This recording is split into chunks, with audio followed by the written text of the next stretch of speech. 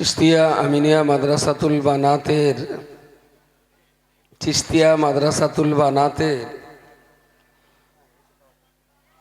স্বাভাবিক একটা পরিচয় হলো বড় গোবরা বালিকা মাদ্রাসা।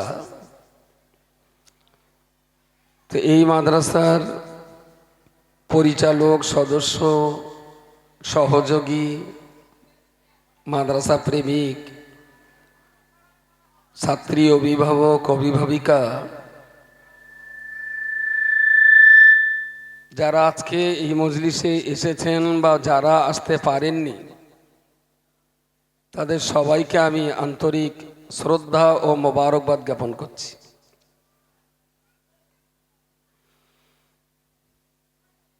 প্রিয় রাসূল সাল্লাল্লাহু আলাইহি ওয়াসাল্লামের রেখে যাওয়া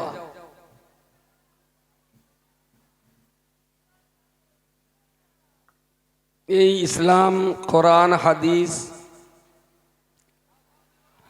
সরাসরিয়তের এই জ্ঞান, এটা যাতে পৃথিবীতে সচল এবং সজাগ থাকে, মানুষ যাতে এ থেকে উপকার পেতে পারে বা উপকৃত হতে পারেন, তার জন্যে বিদায় হজ্জের ময়দানে রাসূলুল্লাহ সাল্লাল্লাহু আলাইহি ওয়াসাল্লাম বলেছেন, তারাকতু ফীকুম আমরাইন লান তাদিল্লু মা তামাসসাকতুম বিহিমা কিতাবুল্লাহি ওয়া সুন্নতি। হুজুর বলেছেন, আমি দুনিয়া থেকে বিদায় হয়ে যাব, আর পৃথিবীর ইমানদার মুসলমানদের জন্য দুইটা জিনিসকে রেখে গেলাম। একটা হলো আল্লাহ পাকের কোরআনুল কারীম, আর একটা হলো আমি মুহাম্মাদুর রাসূলুল্লাহ সাল্লাল্লাহু আলাইহি ওয়াসাল্লাম আমার রেখে যাওয়া হাদিস শরীফ।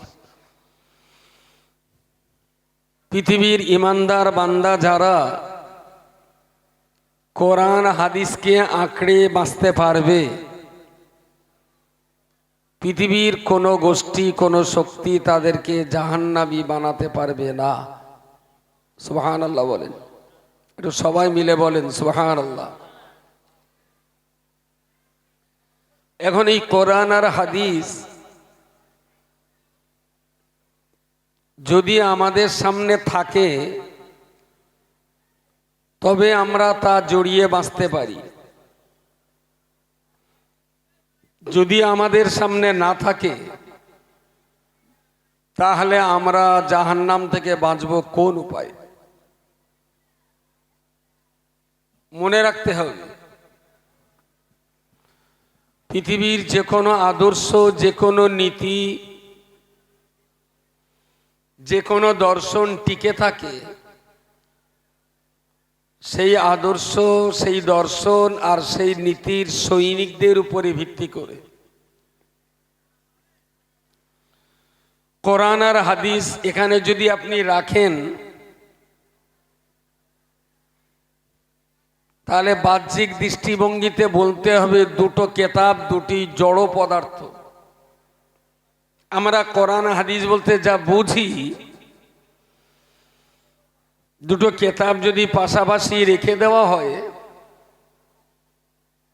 আর ওদেরকে যদি জিজ্ঞেস করা হয়, আমি জাহান্নাম থেকে বেঁচে জান্নাতে যেতে চাই, কোন রাস্তায় যাব?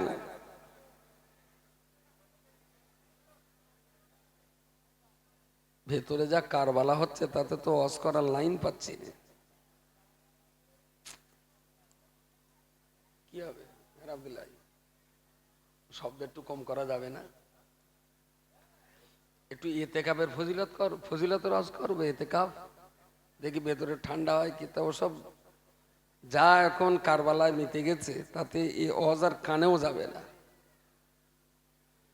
ভিতরে যারা খেদমতে আছেন, আমি জানি বাইরের অনেক অভিভাবিকা আসেন, হয়তো তাদের একগাল খাইয়ে দিতে হবে। তা বোঝা চেঁচাচ্ছে, খিচুড়ি গালে দেবেন কি নাকে দেবেন তার ঠিক নেই। যারা খাওয়া দাওয়া করছেন ভিতরে খান, আপনারা বাইরের অতিথি এসেছেন, তো অনুরোধ করছি কথা বলেন না। সবাইকে বলছি, মেয়েদের মায়েদের একটু নীরবতা পালন করুন। নিশ্চয়ই যারা অনেক দূরের অতিথি এসেছেন, অভিভাবিকা, হয়তো তারা চলে যাবেন, আপনি নিশ্চয়ই একগাল না খেয়ে যাবেন না, এটা আমাদের অনুরোধ। তবে একটু নীরবতা প্লিজ। খুব স্বাভাবিকভাবে যদি বলা হয় যে এটা আল্লাহর কোরআন, এটা রাসূলুল্লাহর হাদিস, দুটো কিতাব, এই কোরআনকে যদি আমি এখন বলি আমি জান্নাতে যাব, কোন পথে যাব?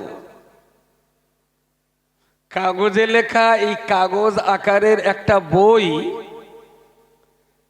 সে কি জবান খুলে বলবে আমাকে যে সুদ খাওয়াটা বন্ধ করে যাকাত দেওয়ার পথে হাঁটুন?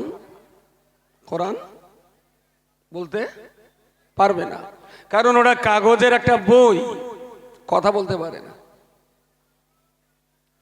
যদি হাদিসকে জিজ্ঞেস করি, আমার মেয়েটা 13 বছর বয়স, ক্লাস 6-এ পড়ে, ওর মাথায় কি এখন ওড়না দেওয়া লাগবে? এই হাদিস কি আমার সঙ্গে কথা বলবে যে হ্যাঁ মেয়েটার মাথায় ওড়না চাপাও? রাসূল বলেছে, কোরআন আর হাদিস এই দুটোকে যারা আঁকড়ে ধরবে তারা জাহান্নাম থেকে বেঁচে যাবেন।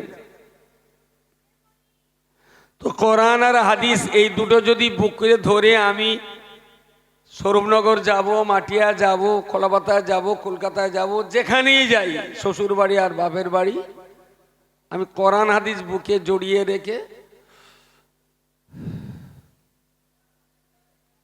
আমি কি পথ পাবো? পথ পথ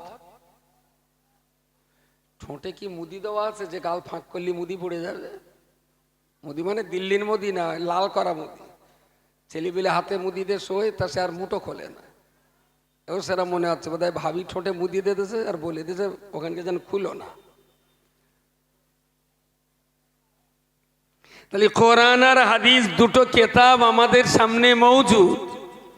কোরআন হলো আল্লাহর কালাম, হাদিস হলো রাসূলুল্লাহর ভাষা, ব্যবহার, নীরবতা, বাস্তবতা, সবগুলোকে মিলে হাদিস।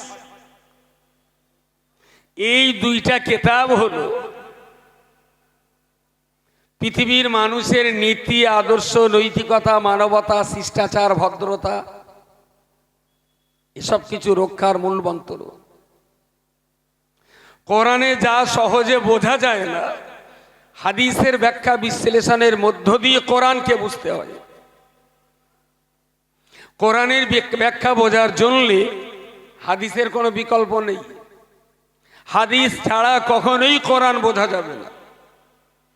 তাহলে এই দুটো কাগজের বই, কুইন্টাল কুইন্টাল বই, পাহাড় পরিমাণ কিতাব, ঘরে বাইরে, প্রেসে, অফিসে, মসজিদে, মাদ্রাসায় রেখে লাভ কি হবে যদি পড়া না যায়? তাই না? আমার আল্লাহ পাক রব্বুল আলামিন কোরআন শরীফের শুরুতেই বলেছেন, হুদাল লিল মুত্তাকিন, হে পৃথিবীর মনুষ্য জাতি, এ কোরআন তোমাদের রাস্তা দেখাবে। যতদিন তুমি দুনিয়ায় বেঁচে থাকবে, কোরআন হলো তোমার পথ প্রদর্শক। কোরআন তোমাকে রাস্তা দেখিয়ে দেবে। তুমি যদি জানতে চাও কোনটা জাহান্নামের পথ, সে রাস্তা কোরআন তোমাকে দেখিয়ে দেবে। তুমি যদি দেখতে চাও কোনটা জাহান্নামের পথ, কোনটা জান্নাতের পথ, সেটাও কোরআন তোমায় দেখিয়ে দেবে। তুমি যদি কোরআনে পড়তে জিজ্ঞাসা, কোরআন তোমার সামনে মওজুদ। তুমি যদি জানতে চাও কোন রাস্তায় গেলে আমার উন্নতি হবে, কোরআন উন্নয়নের রাস্তা দেখাবে। তুমি যদি জানতে চাও কোন রাস্তায় তোমার ব্যর্থতা হবে, কোরআন সে পথ তোমাকে দেখিয়ে দেবে। যালিকাল কিতাবু লা রাইবা ফীহি হুদাল লিল মুত্তাকিন। আল্লাহর কোরআনের অপর জায়গায় বলেছেন, এই কোরআনে কোনো সন্দেহ নাই যে কিতাব মুত্তাকি পরেজগার বান্দা বান্দি দিগের জন্য পথ প্রদর্শন করবে। ও আল্লাহর বান্দা মনে রাখুন, আল্লাহ বলেছেন কোরআন রাস্তা দেখাবে। নিশ্চিত কোরআন আমাকে রাস্তা দেখাবে, তবে কোরআনের জবান খুলে কোরআন আমার সঙ্গে কথা বলবে না। বরং কোরআনকে যদি খুলে আপনি পড়তে পারেন, তবেই তো জান্নাত আর জাহান্নামের রাস্তা চিনে যাবেন। কোরআন জাহান্নামেরও পথ দেখায়, কোরআন জান্নাতেরও পথ চেনায়। কোরআনের কাজ হলো অন্ধকারে আলো জ্বালিয়ে দেওয়া। তুমি দেখে নাও কোনটা সমান রাস্তার কোনটা গানটা। তোমার উন্নতি আর অবনতি কোরআন দেখিয়ে নেবে। তবে তুমি যদি দেখে শুনে গাড্ডায় পা দাও, কোরআন তোমার ঠ্যাং ধরে টেনে ধরবে না। যেখানে গাড্ডায় পা দিও না, কোরআন টেনে ধরবে না কাউকে। কোরআন পৃথিবীর মানুষকে বুঝিয়ে দেবে লাভ আর লস, হালাল আর হারাম, ন্যায় আর অন্যায়, সত্য আর মিথ্যা, জায়েজ আর নাজায়েজ, জান্নাত আর জাহান্নাম, হক আর বাতিল, যা আপনি দেখতে চাইবেন কোরআনের ভিতরে সবই বিদ্যমান। কোরআন আপনার জন্য সমস্ত কিছু বহন করে চলেছে। তবে যোগ্যতা নিয়ে কোরআন খুলে পড়ে আপনাকে পথ চিনতে হবে। বোঝা যায়নি? আচ্ছা, এইটা যদি ডিজিটাল হতো, এরম বলে দেবো যে আমার জান্নাতের পথ দেখতে যাই, সুইচ মেরে দিলাম, কোরআন সঙ্গে সঙ্গে বলে দিলে 5 ওয়াক্ত নামাজ পড়বা, বাপ মার সেবা করবা, আর কেবলা দিকে ফিরে পেশাব করবা না, পরের জমি দখল করবা না, ওজনে কম দিও না, তাই না? কোরআনের সুইচ টিপে বললাম, আয় বলো কোন কাজ করলে জাহান্নামে যেতে হবে। কোরআন বলল রোজ 1 কলিকে করে গাঁজা খাবা, সন্ধে 1 গাল বোতল খাবা, আর সারাদিন ধরে তেরঙ্গা 37টা খাবা, বাপের ধরে জুতোর বাড়ি বাড়বা, তাহলে তুমি সুঠাম জাহান্নামে যাওয়া। সুইচ সিস্টেম বলি ভালো হতো বলে, যে সুইচ মেরে দিলি ফটাফট বলে দেবে। প্রিয় শ্রোতা মণ্ডলী, মনে রাখুন, এই সুইচ মেরে যদি আল্লাহর কোরআন তৈরি করা যেত, তাহলে নিশ্চিত করে মনে রাখুন পৃথিবীর বর্তমান বিজ্ঞানের চরম উন্নয়নের যুগেতে এমনও কোরআন তো লোকে তৈরি করতে পারত। এখানে সুইচ মারলে বলবে নামাজ পড়লে জান্নাতে যাওয়া যাবে, আর মানুষের তৈরি করা কোরআনে যদি সুইচ টেপা হয়, ওখানে বলে দেবে যত বেশি চুল্লু খাবা তত বড় জান্নাত পাওয়া। নকল হতো না? নকল যে যার মতন তৈরি করে নিত। যে জমির আলঠালে, আমি অস্কর থেকে বলে দিলাম আলঠালে আরাম, সে সঙ্গে সঙ্গে কোরআনের বললে হুজুর এই সুইচ টিভি দিচ্ছে দেখো, কোরআন বলে দিলে বরকতুল্লাহ যদি জমির আলঠালে খুব বেশি ঘনাটনা হবে না, ওর জন্য স্পেশাল জান্নাত আছে। ও তোর তৈরি করা কোরআন, সুইচ টেপা হলে যে যার মতন তৈরি করে নেবে, কোনো অসুবিধা ছিল না। আল্লাহ যেভাবে কোরআন আমাদের কাছে পাঠিয়েছে, আমরা সেটাকে একটু আধুনিক রূপ দিয়েছি। আল্লাহ কোরআন পাঠিয়েছেন শুধুমাত্র ভাষা দিয়ে। কোরআন ভাষা। জিবরাইল পৃথিবীতে এসেছেন, রসুলকে বললেন ইয়া রসুল আল্লাহ, আল্লাহ কোরআন পাঠিয়েছেন। রসুল বললেন আল্লাহ কি পাঠিয়েছেন সেটা আমাকে দিন। জিবরিল বললেন হুদাল লিল মুত্তাকিন আল্লাযীনা ইউমিনুনা বিল গায়ব। রাসূল মুখস্থ করে নিলেন। তার মানে আল্লাহর পক্ষ থেকে নবীর কাছে কোরআনের এই আয়াতটা নাজিল হলো। জিবরাইল পড়েছেন, নবী শুনে নিয়েছেন। কোনো লেখা কাগজ নয়, প্লেট নয়, সিলেট নয়, শুধুমাত্র বলেন ভাষা। জিবরাইল এনেছেন ভাষা, নবী শুনেছেন, মুখস্থ করেছেন। সঙ্গী সাথী যারা ছিলেন তাদের বললেন লিখে নাও। মানুষের বেরেন তো বলা যায় না, যদি ভুলে যাই। আমিও মুখস্থ করছি, তোমরা মুখস্থ করো, ফের একটু লিখেও রাখো, তাহলে আর কোরআনে কোনো কম বেশি হওয়ার সম্ভাবনা থাকবে না। এইভাবে কোরআন নাজিল হলো রাসূলুল্লাহর কাছে 22 বছর 5 মাস। যদি কিছু মনে না করেন, একটুখানি পাছায় ঠান্ডা লাগবে, একটুখানি লাগবে। যারা এক জায়গায় বসে গেছেন, তার মানে মাটি আর পাছা দুটো মোটামুটি সেট আপ হয়ে গেছে, বলেন? হ্যাঁ, পাছার গরম নে, মাটিও একটু গরম হয়ে গেছে। একদম পিছনে যারা আছেন একটু সামনের দিকে আসবেন, একবার একটুখানি স্যাংসা লাগা ফেনা হবে, তারপর আবার 5 মিনিটের ভেতরে সেট আপ হয়ে যাবে। একদম পিছনের দিক থেকে ওই কোনায় কটা আছে রোহিঙ্গা ফেনা, ওই পিছনের দিক থেকে, সামনে লোক বলিনি, পিছনে যারা আছেন ওই লাল কালো পাগড়ি বাঁধা, এই মোদি সাহ চলে আয় ভাই, একটু চলে আয় শোনা, এ কটা মনে হচ্ছে গুজরাটের পার্টি, পুরো দল থেকে আলাদা, একটু সরে আয় ভাই, সরে আয়।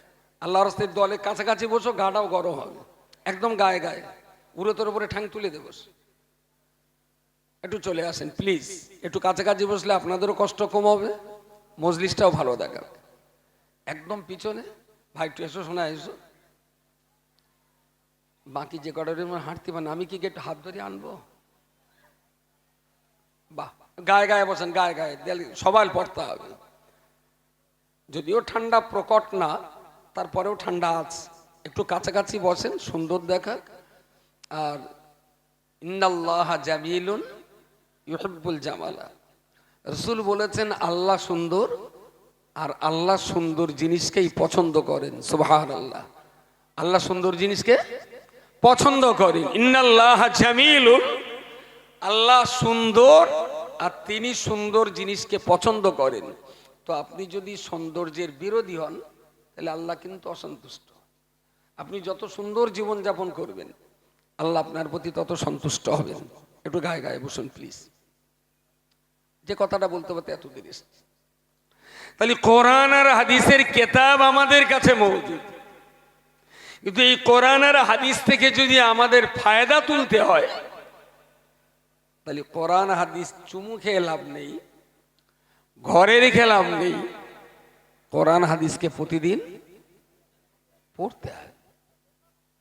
যত পড়বেন তত অগভীর সাগরে আপনি অবগাহন করতে পারবেন, অনেক জ্ঞানের সন্ধান আপনি পাবেন। রব্বুল আলামিন আল্লাহ কোরআনের অপর একটা জায়গায় বলেছে, ওয়ালা রাতমিন ওয়ালা ইয়াবিসিন ইল্লা ফি কিতাবিম মুবিন। ঊর্ধ্ব জগৎ আর নিম্ন জগতে যা কিছু জ্ঞানের বিষয় থাক না কেন, আসমানে আর জমিনে, আসমান জমিনের ভিতর আর বাইরে যত রকমের জ্ঞানের প্রয়োজনীয়তা থাক না কেন, আমার আল্লাহ পাক রব্বুল আলামিন সমস্ত জ্ঞানের বিষয়বস্তুকে এ কোরআনের ভিতরে পরিপূর্ণ করে দিয়েছেন। যত রকমের জ্ঞান কোরআনে আছে। নামাজ পড়বেন, কোরআনে আছে। বিজ্ঞান গবেষণা করবেন, কোরআনে আছে। ভৌগোলিক চিন্তা ভাবনা নিয়ে রিসার্চ করবেন, কোরআনে আছে। দর্শন শাস্ত্র নিয়ে আপনি ভাবনা চিন্তা করবেন, সেটাও কোরআনে আছে। ইতিহাস নিয়ে আপনি গভীর জ্ঞান নেবেন, সেটাও কোরআনে আছে। কেমিস্ট্রি ফিজিক্স নিয়ে আপনি ভাবনা চিন্তা করবেন, তারও কথা কি? যদি তা না থাকতো তাহলে কোরআনের ওই আয়াতটা মিথ্যা হয়ে যেত।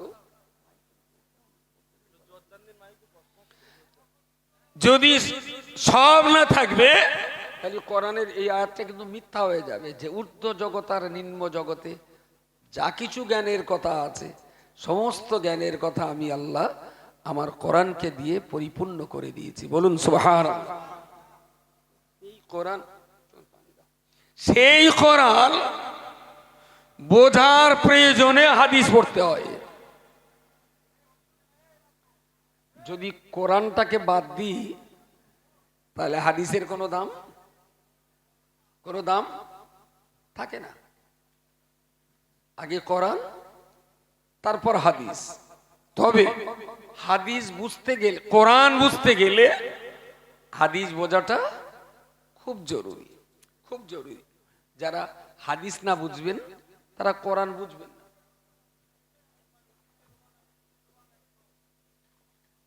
কোরআন হলো আল্লাহর কালাম, আর হাদিস হলো রাসূলুল্লাহর জীবন ব্যবহার, আচার আচরণ, কথাবার্তা, কথা বলা ওটাও হাদিস, নবীর চুপ করে থাকা বলে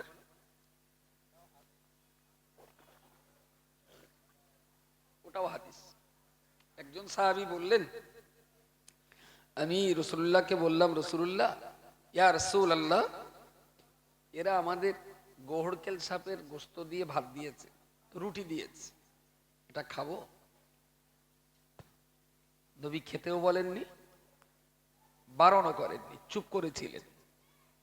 ওটা ওইভাবেই লেখা হয়েছে যে এই ব্যাপারে নবীকে মসলা জিজ্ঞেস করা হলে রাসূলুল্লাহ কোনো উত্তর না দিয়ে চুপ করেছিলেন।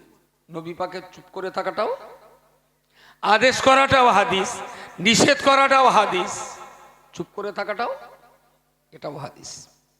তো সব এসছে। এবার এগুলোকে নিয়ে কোরআন আর হাদিসকে সামনে রেখে গবেষণা করে ইমাম মুজতাহিদ যারা, তারা রিসার্চ করে করে মসলা বার করেছেন, ফতোয়া বার করেছেন।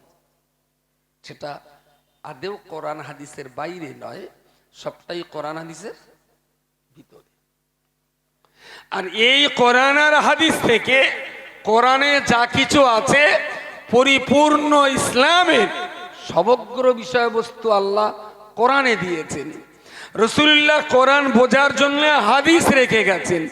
আর কোরআন হাদিসকে রেখে কোনটা করা যাবে, কোনটা করা যাবে না, কোনটা খাওয়া যাবে, কোনটা খাওয়া যাবে না, এইগুলো নিয়ে যে মসলা মাসাইলগুলো আমাদের সামনে মৌজুদ, এটাকে বলা হয় শরিয়ত। শরিয়ত বলে না, কোরআন হাদিস শরিয়ত ইসলাম। ইসলাম হলো ধর্ম, আর শরিয়ত হলো সেই ধর্মের আদেশ নিষেধের সমাহার, এটাকে বলা হয় শরিয়ত। তো শরিয়তের মসলা মাসাইল যারা ঠিক করেন, গবেষণা করেন, তাদেরকে বলা হয় ইমাম মুজতাহিদ, গবেষক, রিসার্চার। আমরা যদি হাদিস কোরআন পড়া বন্ধ করে দিই, তাহলে কোরআন হাদিসের জ্ঞান রাখা যে কটা মানুষ বেঁচে আছেন, এই মানুষগুলো মরে যাওয়ার পর কোরআন কিন্তু, পৃথিবী কিন্তু কোরআন শূন্য হয়ে যাবে।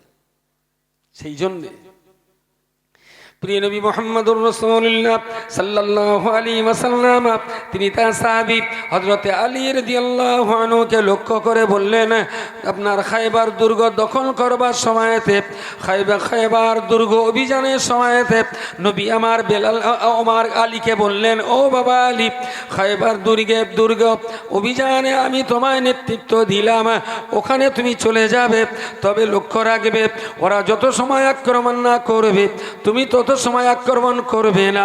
তবে আলী, এটাও তোমায় বলে দিলাম, ওদের বিরুদ্ধে পাল্টা আক্রমণ করবার পূর্বে একটা বারের জন্য তাদের তুমি সময় দেবে, ওরা কি আল্লাহর পথে ফিরে আসবে? ওরা মারলেই তুমি ধুমধাম বেরো না, ওরা আক্রমণ করলেই পাল্টা তুমি আক্রমণ সানিও না। একটা বার ওদের সুযোগ দাও যে তোমরা আল্লাহর রাস্তায় শান্তির পথে ফিরে এসো। সুবহানাল্লাহ বলে। এক পক্ষ মারছে, আর এক পক্ষ মার খেয়েও তাদের বলছে তোমরা শান্তির ধর্ম ইসলামে ফিরে এসো। তুমি যুদ্ধ ময়দানে দাঁড়িয়েও মানুষের কল্যাণে, মানুষের উপকারে, শান্তির পথে তুমি মানুষকে দাওয়াত দেবে। দাওয়াত মানে বলে, আরবিতে দাওয়াত বলি, বাংলায় কি বলে? জানেন না নাকি কৃপণতা করে বলছেন না? না, দাওয়াত মানে পৌঁছান না, নেমন্তন্ন। একটা কথা বলেছে, আর একটু ভাষায় বলে, আরো একটা ভাষা আছে, আমন্ত্রণ। কেটা বলেছে? ও, আপনার কি ব্যথা একটু লেটে ওঠে? এতক্ষণ না বলে চুপ করেছিলি কি মজা দেখতেছেন? আমার এদিকে গা জ্বালা করতেছে। আমন্ত্রণ, সুন্দর ভাষা। তাহলে মানুষকে আমন্ত্রণ করা হচ্ছে। শ্বশুর জামাইকে বলে তুমি আমার বাড়িতে এসো, বেই আর এক বেইকে বলে অমুক তারিখে আমার বাড়িতে এসো, খবরদার তোমার দাওয়াত থাকলো। বন্ধু আর এক বন্ধুকে বলে অমুক তারিখে আসিস, খবরদার, তোর আর তোর বোর দুটোর একসঙ্গে দাওয়াত করলো। রসুল আলীকে যুদ্ধ ময়দানে পাঠার সময় বলছেন যে মারপিট করার আগে একবার হলেও বলো যে আমি নবীর পক্ষ থেকে হযরতে আলী তোমাদেরকে ইসলামের শান্তির ঘরে আমন্ত্রণ জানাচ্ছি। জোরে সোরে বলুন সুবহানাল্লাহ, সুবহানাল্লাহ। যদি তোমার এই দাওয়াত উপেক্ষা করে তারা যদি যুদ্ধ করে, তুমি তার প্রতিরোধ করবে। আল্লাহ নবী মুহাম্মদুর রাসূলুল্লাহ সাল্লাল্লাহু আলাইহি ওয়াসাল্লামকে এই কথা বলার পরেও দেখলেন না না না না, যুদ্ধ ময়দানে কথা আলী মনে নাও বা রাখতে পারে, আলী ভুলে যেতে পারে, আলী বেখেয়াল হয়ে যেতে পারে। এ কথা যাতে মনে রাখতে পারে তার জন্য পুরস্কার ঘোষণা করতে হবে।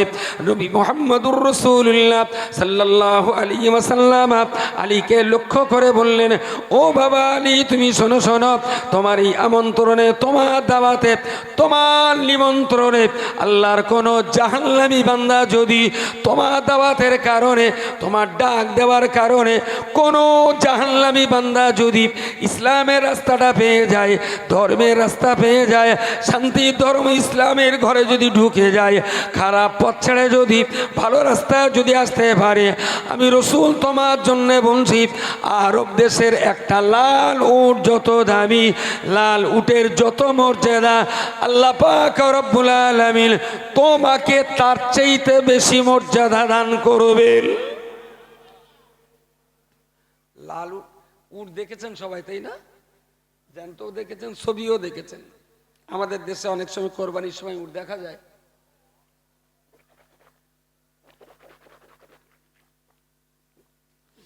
জিন্না একটুখান গিয়ে এক কাপ দার্জিলিং আনো দিন, যাও তাড়াতাড়ি।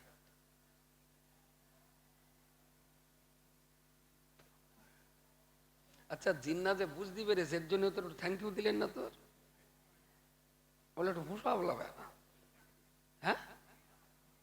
ও প্রথম পারিনি, তাহলে থ্যাংক ইউ ফিরিয়ে দাও, যাও তুমি যাও, প্রথম বুঝতে পারিনি।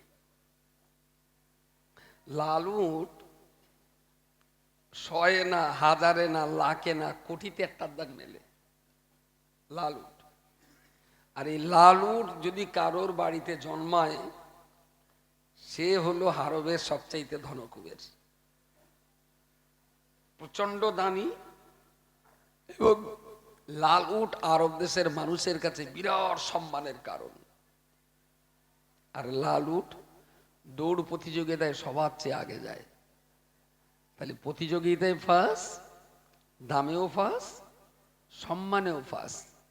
নবী বললেন, আরব দেশের মানুষের কাছে লাল উটের যেমন কদর, তুমি যদি একটা বিপদগামী মানুষকে সুপথ দেখাতে পারো, আল্লাহর কাছে তোমার কদর ততটাই বাড়বে। যুদ্ধ ময়দানে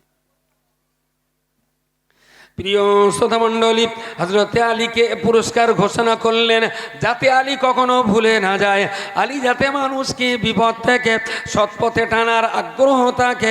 আলীকে এই পুরস্কার ঘোষণা করে দেওয়া হলো। গোটা জীবন যেন আলী এ কথাটা মনে রাখে। আমি নবীর হাদিস একেবারেই আপনাদেরকে উপহার দিয়ে দিলাম। তাহলে মানুষকে খারাপ পথ থেকে ভালো পথে টানার জন্যে, জাহান্নাম থেকে জান্নাতে টানার জন্যে, বিপদগামী থেকে সুপথগামী করার জন্যে, অন্যায় থেকে ন্যায়ের পথে টানার জন্যে আমি চেষ্টা একা করলে হবে না, গোটা সমাজ সবাইকে মিলে করতে হবে। আর মানুষকে বিপদ থেকে সুপথে ডাকতে গেলে মিনিমাম ভালো পথ আর খারাপ পথ, এ দুটো তো পরিচয় থাকা বড় জরুরি। খারাপ আর ভালো যদি পথ না বুঝি, তাহলে তো লোকে ডাকতে পারবো? হ্যাঁ, কখনোই ডাকতে পারবো না।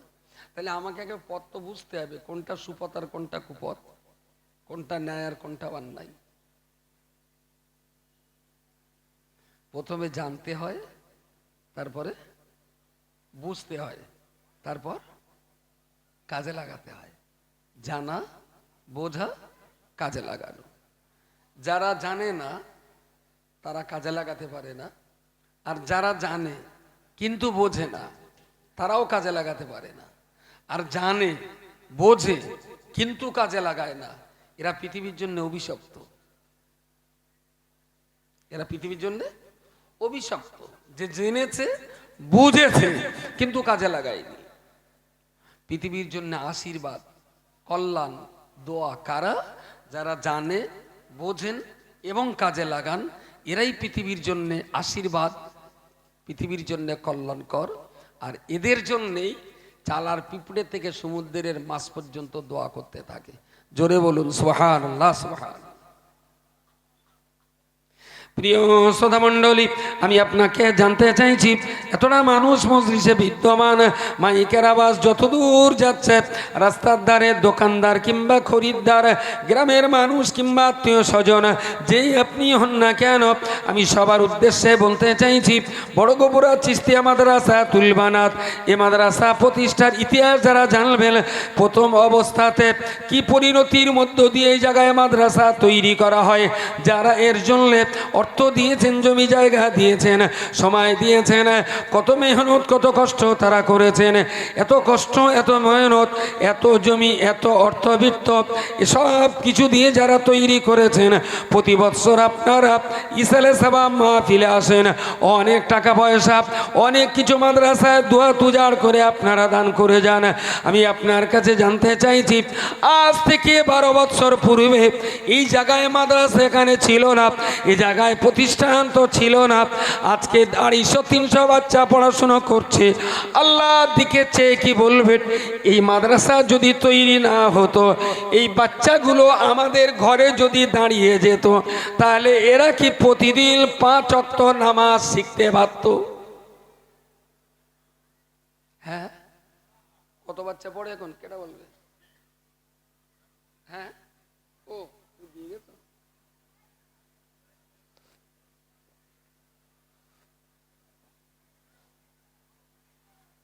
আমি যে তোমার বললাম 1 কাপ চা 1 কাপ দার্জিলিং আনো, যাকে দিক সেদিক করে আনলে, তুমি যেন এই একমত বাড়ি লেগে আবার গিন্নিটার ডেকো না সাউরির মেয়ে বলে, হয়তো কপারে আগুন লেগে যাবে। এমনি যা বলে দেখো তাই বলে ডেকে, এরকম ঘুরিয়ে জানো আবার ওখানকে পেশ মেরো না।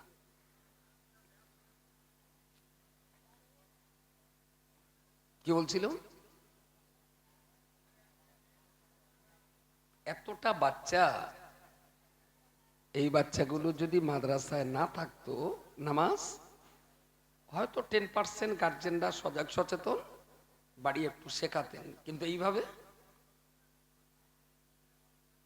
ওর মা যা কোরআন শরীফ শেখাতো, সে 31 পারার বাইরে, আর ওর মা যা কোরআন শেখাতো, ওই কোরআন যদি জিব্রাইলের ডেকে শোনানো হয়, জিব্রাইলের হার্ট অ্যাটাক করে, যে আমি তো এইরকম আনিনি, তোরা কমনে পেয়েছিস।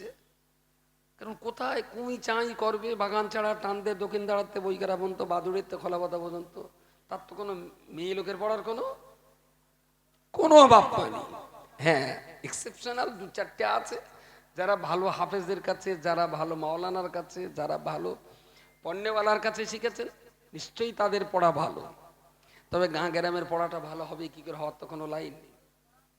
মেয়েটা মাদ্রাসায় দেবে তো বেশ, অন্যা টন্যা মোটায় মাথায় দিয়ে মাদ্রাসায় যায়, আর রাস্তার লোকজন যাওয়া আসা করে, মেয়েটা তো বেশ ভালো, তো গায়ে অতটাও খারাপ না। এই কার মেয়ের? তাহলে তো রশিদের মেয়ে। বললো, রশিদ ভাই মেয়েটার বিয়ে দেওয়া? বলছে না, আমার কুচি এখন পড়তেছে, বিয়ে দেওয়া যাবে না। তা রশিদ ভাই আবার বাড়ি গিয়ে গিন্নির বলে, এই দেখো, হ্যাঁ মেয়ের না বিয়ের জন্য লোকে খুব জ্বালাচ্ছে। তাহলে তাই? তাহলে হ্যাঁ। এইবারে রশিদ ভাই বলে গেল হুজুরি পেছনে, হুজুর হুজুর আঙ্গার নোকিয়া খতম করবে কবে? বুঝতে পারেননি? খতম না করলে বাগজলায় তুলতে পারতেছ না।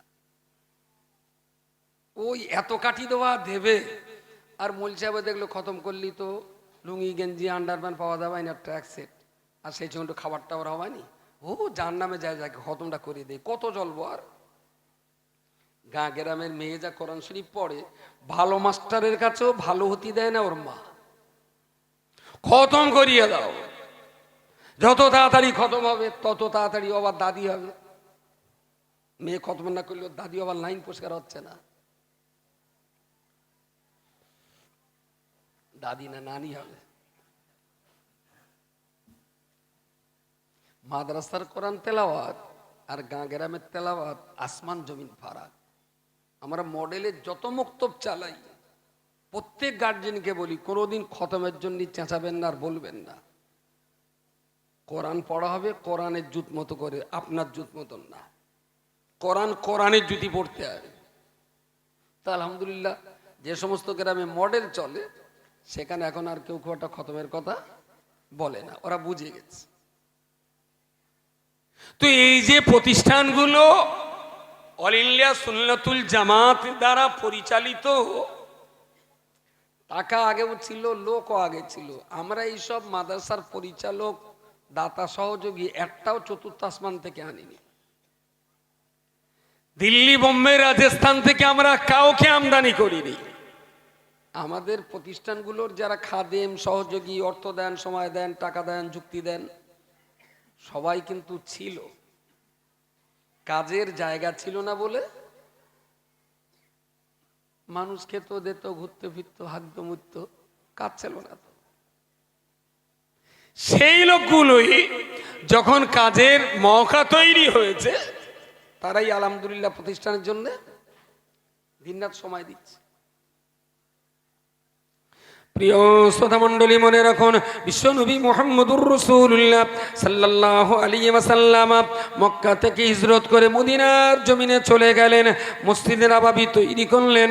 মসজিদে নববী তৈরি করলেন কি দিয়ে? মসজিদে নববী তৈরি হলো, মসজিদে নববীর প্রথম শিলান্যাস করা হলো আপনার খেজুর গাছের খুঁটি আর কাঁচা ইটের দেওয়াল দিয়ে মসজিদ দাঁড় করানো হলো।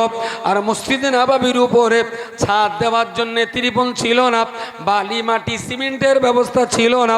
মসজিদের এক দেয়াল থেকে আর এক দেয়ালের উপরে, দুই দেয়ালের উপরে খেজুর গাছ ফেড়ে আড়া করে দিলেন। আর এক আড়া থেকে আর এক আড়ায় আড়াআড়ি ভাবে খেজুরের পাতা বিছিয়ে দেওয়া হলো।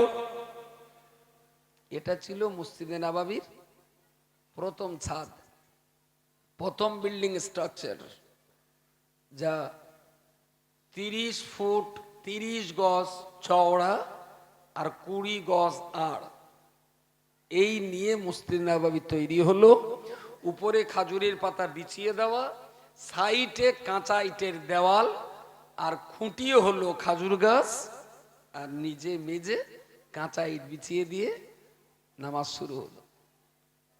দিনের বেলাতে সূর্যের আলো ওর ভিতরে পড়ে, রাতের বেলা পূর্ণিমার চাঁদও খাজুরের পাতার ফাঁক দিয়ে আলো পড়ে। আর বৃষ্টি হলে মসজিদের ভিতরে কাদা হয়ে যেত, যেহেতু কাঁচা ইট। আর ওই মসজিদ তৈরি করে রাসূলুল্লাহ তার সাহাবীদেরকে বললেন, যার যখন সময় পাবে এই মসজিদে বসে তোমরা একটু কোরআন শরীফ পড়বে। কে পড়াবে? রাসূলুল্লাহ বললেন, আমি তোমাদের পড়াবো। সুবহানাল্লাহ বলেন। আরে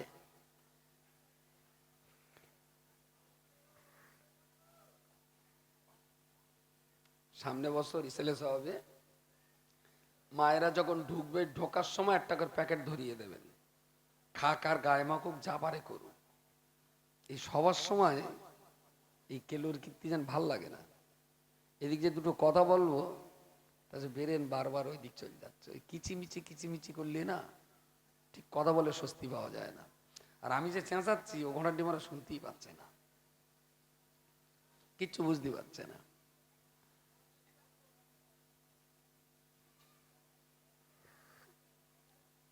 রসুল যাও দিন, একটু যাও দিন। আর তুমি জানে এত জোরে চেষ্টা না যে আমি শুনতে পাই। তো রাসূলুল্লাহ হলেন মাস্টার মশাই, আর সাহাবীরা হলেন, এর চাইতে ভালো ক্লাস পৃথিবীতে আর আছে? আরে নবী পড়াতে বসলেন, সেই মসজিদে নববীর কাঁচা মাটির উপরে বসি রাসূলুল্লাহ মাস্টারি করবেন, আর সাহাবীরা গোল হয়ে বসে নবী তাদের কোরআন শেখাবেন। ততক্ষণে ওই পাথরের উপরে কোরআন লেখা হতো, পাথরের উপরে, গাছের ছালে, কাঠের উপরে, মৃত পশুর চামড়ার উপরে, গাছের পাতায়, এইভাবে কোরআন লেখা হতো। এত সুন্দর মসৃণ কাগজ কলম সে যুগে ছিল না। তো তো রাসূলুল্লাহ পড়াতেন, যার বাড়িতে যা কোরআন আছে, কারুর বা কাঠে, কারুর বা পাথরে, কারুর বা গাছের ছালে, কারুর বা পাতায়, কারুর বা চামড়ায়, সেগুলো নিয়ে আসতেন, নবী তাই পড়াতেন। আপনি কি জানেন সাহাবীদের ভিতরে 1,20,000, মোটামুটি সংখ্যাটা কম বেশি হবে, এই সাহাবীদের ভিতরে অল্প অল্প মাত্র কয়েকশো সাহাবী পুরো কোরআন পড়ার সুযোগ পেয়েছিলেন, বাকি সাহাবীরা পাননি। পুরো কোরআন বাকি সাহাবীরা কি করে পাবে? ধরুন তখন তো কোরআন বই আকারে না, এনার কাছে 10 আয়াত, ওনার কাছে 2 সূরা, আরেকজনের কাছে 10টা আয়াত, আরেকজনের জানে হাফ পারা, ওর কাছে 3 রুকু, সব তো এক জায়গায় করা ছিল না। যে যেমন পেরেছে লিখে বাড়িতে রেখে দিতেন। একটা টুকরো নিয়ে ছেলেটার বললো, বাবা তুমি একটু পড়ো, আর একটা পাথর নিয়ে বৌমাটা দিয়ে বলে, বৌমা একটু কোরআন পড়ো মা। এক টুকরো নিয়ে নিজে পড়লেন, আবার আমার এটা পড়া হয়ে গেলে বৌমার নামিয়ে নিলাম, আমারটা আবার বৌমার দিলাম। বুঝতে পারেননি? কারোর বাড়ি কোন সাহাবী পুরো কোরআন তখন পাওয়া মুশকিল ছিল, মাত্র কয়েকজন সাহাবী যারা কোরআনের হাফেজ ছিলেন, নবীর কাছে থাকতেন, কাতেবে ওয়াহি, তারাই পূর্ণ কোরআনের হাফেজ হয়েছিলেন। সবটাই ছিল ফিজিক্যাল। এই কোরআন তখন এক জায়গায় কোনো সাহাবীর কাছে ছিল না, একজনের কাছেও ছিল না। যা 2-1 কাছে ছিল সেটা ব্রেনে মুখস্থ ছিল। রাসূলুল্লাহ পড়াতে লাগলেন মসজিদে নববীতে। জোহরের পরে কেউ পড়বে, আসরের আগে কেউ পড়বে, ফজরের পরে কেউ পড়বে, মাগরিবের সময় কেউ পড়বে। যার যখন সময় হবে মসজিদে যেয়ে নবীর কাছে বসে বসে কোরআন শিখবেন। মসজিদ হলো বিশ্ব মুসলমানের উন্নয়নের প্রাণকেন্দ্র। মসজিদ হলো মুসলিম মহল্লার আঞ্চলিক পার্লামেন্ট। মসজিদ হলো মুসলিম মহল্লার গ্রাম্য বিচারালয়। মসজিদ হলো গ্রামের মানুষদের বাজেট, বিধানসভা ভবন। কিন্তু খুবই দুর্ভাগ্য, আমাদের সমাজের মসজিদ হয়ে গেছে হাটকুড়ো। নামাজ পড়ো আর তালা দে বাড়ি চলো, তালা দাও। শুধু নামাজ পড়ার জন্য ছাড়া মসজিদ আর ব্যবহার হবে না। কিন্তু যারা নামাজ পড়বে তাদেরও যে কিছু শেখার দরকার, এটা আর কারুর মাথা এখন নেই। নামাজ পড়ে তালা মেরে দাও, নাহলে মাইক রোজ কেউ চুরি করলে যাবে আবার। খুবই দুর্ভাগ্য, মসজিদটা যে মুসলিম মহল্লার উন্নয়নের প্রাণকেন্দ্র, এটাই মুসলমান মোল্লা মুন্সিরা বুঝতে চায় না।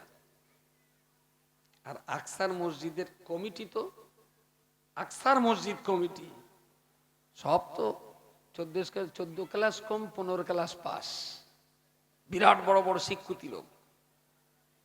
আকসার ক্ষেত্রে এরকম দেখা যায়। মসজিদকে অবজ্ঞা করছেন আপনারা, মসজিদের হক আদায় হচ্ছে না। প্রিয় শ্রোতা মণ্ডলী, মনে রাখুন, নবী আমার সাহাবীদের পড়াতে শুরু করলেন। সেই মসজিদ 1400 বছর আগের ইতিহাস আমি বললাম। বর্তমান সেই মসজিদের অবস্থান তারাই জানবেন যারা স্বচক্ষে দর্শন করেছেন। মসজিদে নববীর আজকের রূপ অতি সুন্দর মনোরম দৃশ্য। এক জামাতে একই সঙ্গে কিছু কম বেশি প্রায় 15 লক্ষ মানুষ নামাজ পড়তে পারবেন। কি অপূর্ব সুন্দর তার চরিত্র। সোনার মদিনা তো সোনার মদিনা, কোথাও কোনো নোংরা ময়লা আবর্জনা নেই। মসজিদের ভিতরে প্রত্যেকটা জায়গায় এসি, ঠান্ডা বাতাস পাবেন, অতি সুন্দর মনোরম পরিবেশ পাবেন। আমি জানতে চেয়েছিলাম মসজিদ নববীর পিলারের গোড়া দিয়ে ঠান্ডা মিষ্টি মধুর যে এসি বাতাসটা আসে, এত এসির বাতাস যে আসছে, এসি মেশিনগুলো কোথায় বসানো আছে? একজন বললেন এই বইটা কেনেন, এর ভিতরে আছে। বইটার দাম দেখলাম তারিখে মসজিদে নববী, মসজিদে নববীর ইতিহাস। 10 রিয়াল না কত দাম নিলে বইটা পড়লাম, উর্দুতে, আরবিতে না, উর্দুতে। পড়ে দেখতে পাচ্ছি যেখানে মসজিদ ওর এসি মেশিন আছে ওখান থেকে 9 কিলোমিটার দূর। ক কিলোমিটার বলেছি? 9 কিলোমিটার। 9 কিলোমিটার দূর। আসলে এসিতে ঠান্ডা বাতাসটা ঘরে দেয়, আর ঘরের গরম বাতাসটা বার করে নেয় না, টেনে নেয়। এখন এই যে মসজিদের ভিতরে গরম বাতাসটা টেনে, ওই গরম বাতাসটা যদি মদিনার মসজিদে নববীর চারপাশে যদি এসি লাগানো হয়, তাহলে পরিবেশ এলাকা গরম হবে। যার জন্যে এখান থেকে গরম বাতাস নিয়ে বের হয় 9 কিলোমিটার দূরে, আর 9 কিলোমিটার দূরে ঠান্ডা বাতাস এসে মসজিদের ভিতরে সাপ্লাই হচ্ছে। প্রত্যেকটা পিলার, গোল পিলারের এরম গোল পিলারের গোড়ায় গোড়ায় জালি বসানো আছে, স্টিল না, ওটা সম্ভবত কাঁসার জালিগুলো, ওই জালির ভিতর দিয়ে ঠান্ডা বাতাস বার হচ্ছে প্রত্যেকটা জায়গায়। এত পিলার আর এত ঠান্ডা বাতাস 9 কিলোমিটার দূর। ভালো করে পড়ে দেখলাম 9 কিলোমিটার দূরে 3টে মেশিন বসানো আছে। এটা একটা চলবে, এটা একবার চলবে, এটা একবার চলবে, এটা একটা চলবে, আর একটা আছে এক্সট্রা, কোনোটা যদি মিস করে তখন সেইটা।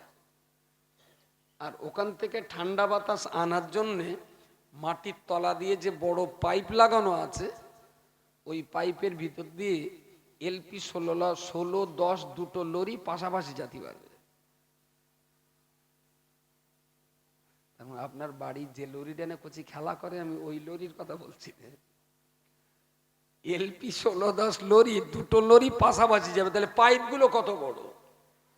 আর সেই বাতাস এখানে এসে ওখান থেকে ছোট ছোট পাইপ আবার এই কয়েক হাজার পিরালের গোড়ায় মাটির তলা দিয়ে সাপ্লাই হচ্ছে। 1400 বছর আগে যে মসজিদ তৈরি হয়েছে কাঁচা ইট দিয়ে, খেজুর গাছের খুঁটি দিয়ে, উপরে খাজুরের পাতার চাল দিয়ে, সেই মসজিদের অবস্থা আজকে এত অনিন্দ সুন্দর পরিস্থিতি। তবে রাসূলুল্লাহ যে মসজিদে বসে পড়িয়েছিলেন সাহাবীদেরকে, মদিনার গভর্নর সেই পড়ানোটা আজও বাঁচিয়ে রেখেছেন।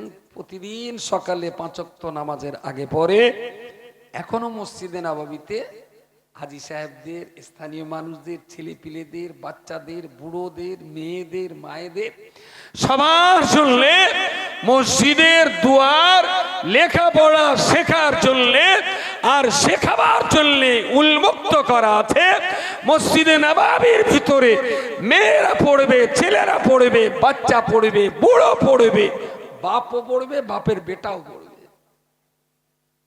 আর আমাদের গাঁ গ্রামে বাচ্চা বাচ্চা মেয়ে মসজিদে উঠবে, জামে আল হাজার ফেরত জনাব আলা শাহ সুফি মূর্খ মোতাল্লি সাহেব রহমতুল্লাহ আলাইহি বলেন, মসজিদে মেয়ে লোক পড়ানো যাবে না। আমার টাইটেল গুলো মাথায় রাখবেন, জনাব আলা শাহ সুফি মূর্খ মোতাল্লি সাহেব রহমতুল্লাহ আলাইহি, মসজিদে নাকি মেয়ে লোকের পড়ানো যাবে না। আমি অবাক হয়ে যাই যে আল্লাহ এরা হেদায়েত কবে হবে। শিক্ষা এমন একটা জিনিস যেখানেই আছে সেখান থেকে আপনাকে নিতে হবে। শিক্ষার জন্য কখনো হিন্দুর কাছে পড়তে হয়, তাই না? শিক্ষার জন্য খ্রিস্টানের কাছে পড়তে হয়, শিক্ষার জন্য ইহুদির কাছে পড়তে হয়, শিক্ষা নেওয়ার জন্য নাসারাদের কাছেও যেতে হবে। রাসূলুল্লাহ তো সাহাবীদের শিক্ষক কাদের বানিয়েছিলেন বদরের যুদ্ধে? হ্যাঁ না, কুফারে কুরাইশ। ওই যুদ্ধে ইহুদিরা ছিল না, যারা বন্দী ছিল তারা সবাই পৌত্তলিক ছিল, মূর্তি পূজক ছিল। বদর যুদ্ধে বন্দী হলো, অনেকদিন তারা থাকলো নবীর কাছে, বললো আমাদের একটু ছেড়ে দাও, বাড়ি যাব। বললেন যুদ্ধ আমরা চাইনি, তোমরা জোর করে চাপিয়ে দিয়েছ, যে পরিমাণ আমার যুদ্ধে খরচ হয়েছে সেই পরিমাণ টাকা দিলে তোমাদের ছেড়ে দেবো, কাউকে মারবো না। তো যারা বড় লোক ছিল তারা যে টাকা দিয়ে ওদের ছাড়িয়ে আনলো, যারা গরিব টাকা দিতে পারিনি তারা বললো মোহাম্মদ তাহলে আমাদের কি উপায় হবে, আমরা তাহলে কি বাড়ি ফিরতে পারবো না? তাহলে পারবে, কি করতে হবে? বলে আমার 10টা করে সঙ্গী সাথী তোমার কাছে দেব, তুমি ওদের আলিফ থেকে ইয়া পর্যন্ত শুধু আক্ষরিক জ্ঞানটা দিয়ে দেবে। এক একজন যুদ্ধবন্দী 10টা মুসলমানের আক্ষরিক জ্ঞান শিখিয়ে দিলে বিনা টাকায় যুদ্ধবন্দী মুক্তি পেয়ে যাবে। জোরে সোরে বলুন সুবহানাল্লাহ। আচ্ছা, যুদ্ধে যারা বন্দী হয়েছেন এরা কি সাহাবী? এরা কি নবীর বন্ধু? এরা তো যুদ্ধে এসেছিল নবীকে খুন করার জন্য, তাই না? ওদের ভিতরে কি ইমান আছে? নেই। আর ওরা হবে মাস্টার, ওরা হবে মাস্টার। ছাত্র কারা হবে? যারা নবীর হাতে হাত দিয়ে কলমা পড়েছেন, তারাই তো ছাত্র হবে। নবীর হাতে হাত থেকে কলমা পড়া সাহাবীদের মর্যাদা কোথায়? নবী আমার সাহাবী হযরতে উমাইয়া, নবী আমার রাসূলুল্লাহর প্রিয় সাহাবী হযরতে উমাইয়া, হযরতে আমিরে মুআবিয়াকে, উমাইয়ার পুত্র আমিরে মুআবিয়াকে বিদেশে, যখন বিদেশে সৈনিক করে পাঠিয়ে দেবেন, সেনাপতি করে পাঠাবেন, নবী আমার আমিরে মুআবিয়াকে বিদায় দেবার জন্য মদিনার সানাতুল বিদা নামীয় জায়গায় চলে গেলেন। আমিরে মুআবিয়াকে বললেন, বাবা এবার আপনি ঘোড়ার পিঠে উঠে বসুন। আমিরে মুআবিয়া বলল, ইয়া রাসূলুল্লাহ আপনি নিচে দাঁড়াবেন আর আমি ঘোড়ার পিঠে উঠবো, এটা তো মানানসই নয়। বললেন, আমি তোমার নবী হয়ে তোমাকে ওই যুদ্ধে পাঠাবার জন্য বিদায় জানাতে এসেছি, তুমি ঘোড়ার পিঠে বসো, আমি ঘোড়ার পিঠে হাত দিয়ে ঘোড়াটা চালিয়ে দেবো, আমি আস্তে আস্তে মদিনার দিকে যাব, তুমি চলে যাবে। বলছে, হুজুর আপনি আগে যান, আমি পরে যাব। বলছেন, এটা তো বিদায় হয় না, আমি তো এসেছি তোমাকে বিদায় দিতে, তাহলে তোমাকে আগে যেতে হয়। আদর্শ, মহানুভবতা, ভদ্রতা কাকে বলে? তিনি গুরু মাটিতে দাঁড়িয়ে শিষ্যকে ঘোড়ার পিঠে তুলে দিলেন। দুহাত ভরে আমিরে মুআবিয়ার জন্য রাসূল দোয়া করলেন, আল্লাহ ইসলামের জন্য আমিরে মুআবিয়াকে পাঠাচ্ছি, তাকে ইজ্জতের সঙ্গে স্বমহিমায় আবার আমার কাছে ফিরিয়ে দেবেন বলে ঘোড়া চালিয়ে দিলেন। ঘোড়া যখন খুব তীরের গতিতে ছুটছে, মাটিতে পা দিয়ে ঠেলে আবার আগে বাড়তে হয়, তো পায়ের খুরের আঘাতে পিছনের ধুলোবালিগুলো উঠছে, কুয়াশার মতো হচ্ছে, পাথরকুচিগুলো ছুটে যাচ্ছে। ওই ধুলোবালি কিছু অন্যান্যদের গায়ে লেগেছে, তারা ধুলোবালিগুলো ঝেড়ে পরিষ্কার করছেন। নবী বললেন, এই ধুলোগুলোর মর্যাদা জানো? সাহাবীরা বললেন, না। বলছে, পরবর্তী যুগের আলেম, হাফেজ, কারি, মাওলানা, মুফতি, পীর, ওলি, গৌস, কুতুব, সুফি, দরবেশ যাই হোক না কেন, যত বড়ই গৌস, কুতুব আর ওলি আবদাল হোক না কেন, তোমাদের গায়ে লাগাই ধুলোর মর্যাদা তাদের হবে না। জোরে বলুন সুবহানাল্লাহ। বললেন কারণ? বললেন এই ধুলোগুলো হলো ঘোড়ার পার, ঘোড়ার পায়ের ধুলো দেয়, তাহলে ঘোড়ার পার এত দাম। বললেন ওই ঘোড়ার পিঠে আমিরে মুআবিয়া বসে আছেন, তাই। সবাই মিলে বলেন সুবহানাল্লাহ, একটু জোরে বলেন সুবহানাল্লাহ। তাহলে নবীর সাহাবী ঘোড়ার পিঠে উঠলে সেই ঘোড়ার পাততলার ধুলোর যদি এই মর্যাদা হয়, তাহলে ঘোড়ার মর্যাদা কোথায়? আর ঘোড়ার পিঠে বসে থাকা নবীর সাহাবীর মর্যাদা কোথায়? খুবই দুর্ভাগ্য আমাদের যে আমরা সাহাবী চিনতে শিখিনি, সাহাবীদের চেনানো হয়নি। আমরা বাপ চিনিয়েছি, দাদা চিনিয়েছি, সাহাবী চেনা হয়নি। এরা বাপ দাদা চিনি চুপচাপ আছে, আঙুল চুষে বেড়াচ্ছে, আমরা তো সাহাবী চেনাই।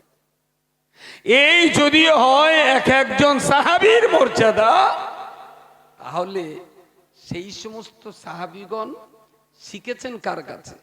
রাসূলুল্লাহর কাছে শিখেছেন। তারা পরবর্তীকালে আবার নিজেরা শিখে অন্যদেরকে শিখিয়েছেন। সেই শিক্ষা আস্তে আস্তে আস্তে আস্তে এতদূর পর্যন্ত পৌঁছে গেছে। বিশ্বাস করুন, শিক্ষা যদি স্তব্ধ হয়ে যায়, কোরআন হাদিসের বই পৃথিবীতে থাকবে, কিন্তু কোরআন হাদিসের কার্যকারিতা থাকবে না।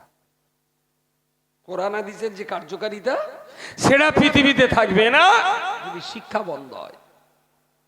এই জন্য আমরা যতটুকু পেরেছি ততটুকু সমাজকে দেওয়ার চেষ্টা করছি, যতটুকু পেরেছি।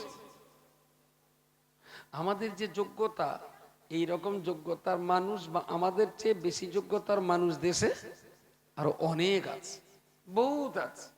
সবাই যদি একটু একটু চেষ্টা করত, বলেন বলেন, সবাই যদি একটু একটু চেষ্টা করত, আমার মনে হয় মুসলিম সমাজকে আমরা আরো অনেক দূর এগিয়ে নিয়ে যেতে পারতাম। কিন্তু সবাই চেষ্টা করিনি। শেষ ছোট্ট একটু দোয়া সবরাসেনি হবে।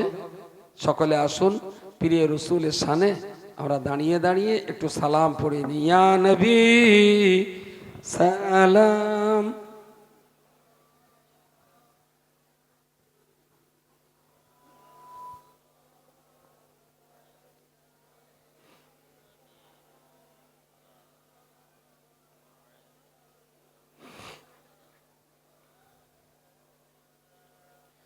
أشرق البدر علينا واختفت منه البدور